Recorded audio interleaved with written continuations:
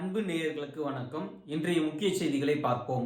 நாளை குடியரசு தினத்தை முன்னிட்டு நாடு முழுவதும் சிறப்பு நிகழ்ச்சிகளுக்கு ஏற்பாடு.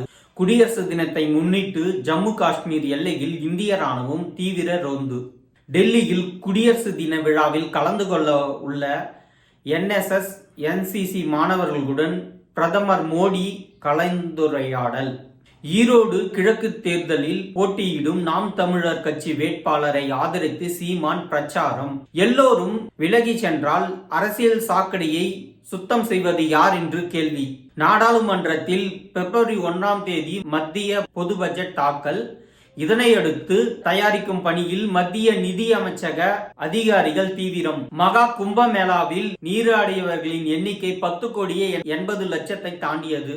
அமெரிக்காவில் வெளியேற்ற நடவடிக்கை தொடங்கிவிட்ட நிலையில் இந்தியர்களை திரும்ப ஏற்றுக்கொள்வதாக மத்திய அரசு அறிவிப்பு. அமெரிக்காவில் சட்டவிரோதமாக குடியேறியவர்களை அவர்களது சொந்த நாடுகளுக்கு அனுப்ப பணி தொடக்கம். இந்திய எதிர்ப்பு போராட்டத்தில் உயிர் நீத்த நடராஜன் மற்றும் தாளமுத்துவின் புதுப்பிக்கப்பட்ட நினைவிடத்தை மு.க. ஸ்டாலின் திறந்து வைத்தார். ஆளுநர் வழங்கும் தேநீர் விருந்தில் முதல்வர் மு.க. ஸ்டாலின் பங்கேற்பதை தவிர்க்க உள்ளதாக தகவல். குடியரசு தினத்தை முன்னிட்டு தமிழ்நாடு முழுவதும் 42,000 போலீசார் பாதுகாப்பு. இலங்கை முன்னாள் அதிபர் மஹிந்த ராஜபக்சேவின் மகன் கைது. சட்டவிரோதமாக சொத்துக்களை சேர்த்த புகாரில் நடவடிக்கை.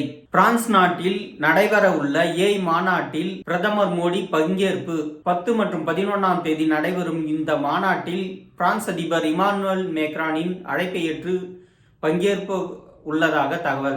இத்துடன் இன்றைய முக்கிய செய்திகள் நிறைவடைகிறது. மீண்டும் நாளை சந்திக்கலாம் நேயர்களே. இன்றைய நாள் இனிய நாளாக என்னுடைய வாழ்த்துக்கள்.